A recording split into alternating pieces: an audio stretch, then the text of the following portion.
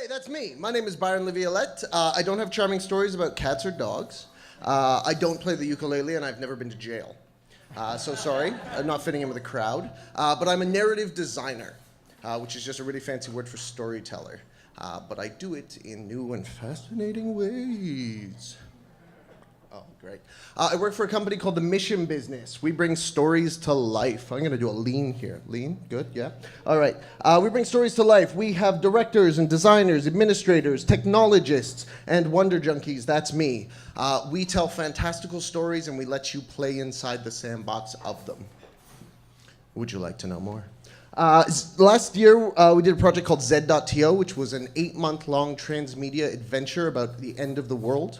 We created a fictional biotech company called Biologic that brought about the end of the world via a plague through a product that was just too good to be true. They had all sorts of wonderful things like a love drug which mixed... Never mind.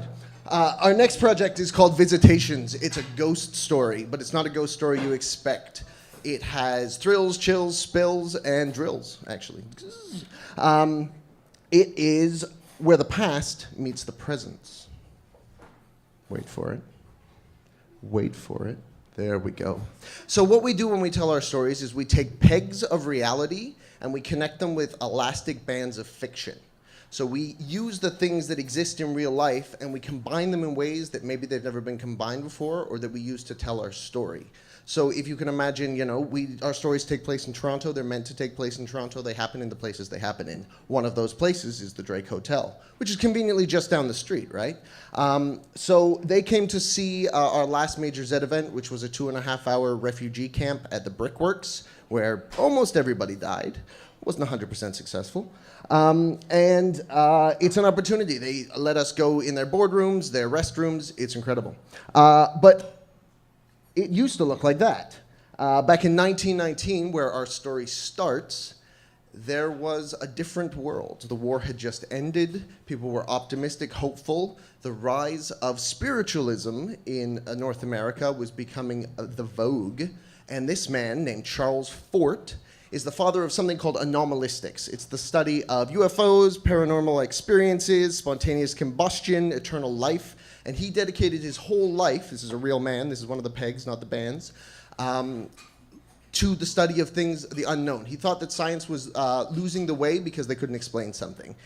One of his major obsessions was called the Sintamati stone, which is a sacred stone that fell from the sky in Tibet in 5th century BC. And we've charted this fictional path where it went from Tibet to Nepal to India. Alexander the Great took it to Macedonia, conquered by Rome, taken by the Visigoths to Norway. The Norse carried it to Ireland, and then it came here into something called the Sabbaticus Mendax, which means the artificial Sabbath. This will be a real box that has gears and works, and it's fun. You can talk to it. We have a typewriter that's hooked up to it with digital gears that allows you to talk to it live. It's very exciting. And this is a prison for the Sintamati stone, because the Sintamati stone is bad. It makes people do terrible, terrible things.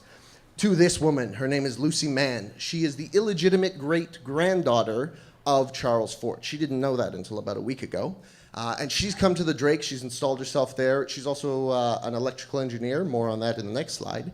And she's trying to figure out exactly what the Sabbaticus does and why she is hearing things at night. So as an electrical engineer, she realized that the Sintamati stone, and this is actually a peg, not a band, emits electromagnetic pulses. Supposedly King Solomon had a piece of the Sintamati stone. The League of Nations was founded on the Sintamati stone. So she used her complicated electro-mumbo-jumbo to figure out that it could speak messages, and it told her to go to the Drake. This is one of the messages that it says. Hello, Lucy. Hello. We've been waiting for you. Very spooky, very creepy. And the audience will be allowed to interact with it live, as well as online, as well as through their cell phones, because interactivity doesn't just start and stop with people. It also involves machines now, because they get sad if you don't include them. Lucy is having terrible dreams and nightmares. I mean, God help us. Those are ugly. One of the ways we work at the Mission Business is we attract a lot of artists, designers, engineers to help us build. We've got a whole army of people building everything from the Sabbaticus that we talked about to art to the interactive experience. We say we build an army, and we've come to conquer your hearts. We also built a tarot deck, an alternate tarot deck. It's a full tarot deck, and each person at the event gets a tarot card, and that guides them through their experience throughout the evening. It's a 90-minute experience, and your card reveals certain things about you and certain things about the experience. There's clues, hidden boxes to open, and puzzles to solve. The main characters, besides Lucy, are a clairvoyant, who's a very reluctant clairvoyant. She doesn't like to use her gifts, but she knows something. She also is maybe a member of a secret assassin society. I don't know, just saying.